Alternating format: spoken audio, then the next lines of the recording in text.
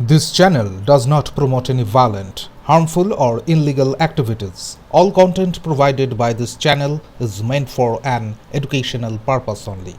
Facebook পোস্টে মুখ্যমন্ত্রীকে সরাসরি চ্যালেঞ্জ ছুড়ে দিলেন নির্বাচন কমিশনের বুথ লেভেল অফিসার চিরঞ্জিত ধীবর। তিনি জানান, ভুয়ো ভোটার পেলে অবশ্যই বাদ দেব। মুখ্যমন্ত্রী আমাদের চাকরি দেননি, তাই চাকরি কেড়ে নেওয়ার ভয় দেখানো চলবে না। তিনি আরও বলেন, এখনও প্রশিক্ষণ সম্পূর্ণ না হলেও মৃত ও ভুয়ো ভোটারদের তালিকা থেকে বাদ দেওয়ার কাজ চলছে।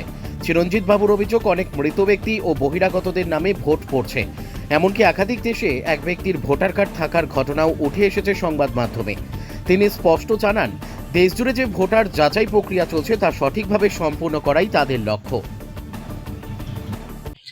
দেখুন, আমরা প্রথম কথা হচ্ছে যে আমরা স্বেচ্ছায় এই ডিউটি করতে চাইনি।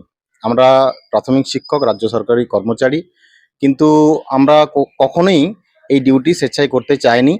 কারণ স্কুল হ্যাম্পার হবে, আমরা সেভাবেই আমরা প্রিপারেশন আমরা কখনোই সেইভাবে নিইনি যে করতে হবে। কিন্তু এই ডিউটি আমাদেরকে ঊর্ধ্বতন কর্তৃপক্ষের মাধ্যম দিয়েই কিন্তু আমরা পেয়েছি, এসআই এর মাধ্যম দিয়ে পেয়েছি এবং যারা ইআরও তাদের মাধ্যম দিয়ে আমরা পেয়েছি এবং আমরা এটা করতে বাধ্য, এটাও একটা বিষয়।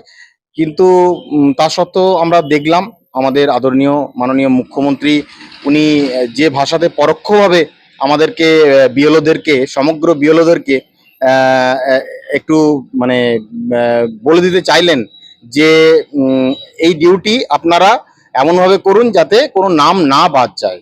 এটা আমরা শুনলাম।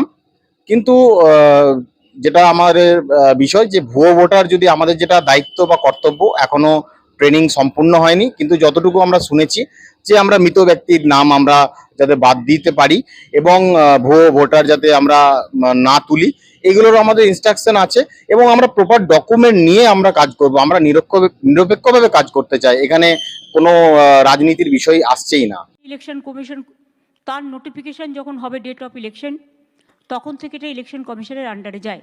তার আগে স্টেট গভর্নমেন্ট, আবার ইলেকশনের পরেও স্টেট গভর্নমেন্ট। সুতরাং এটা মনে রাখবেন, আপনারা চাকরি করেন স্টেট গভর্নমেন্টে।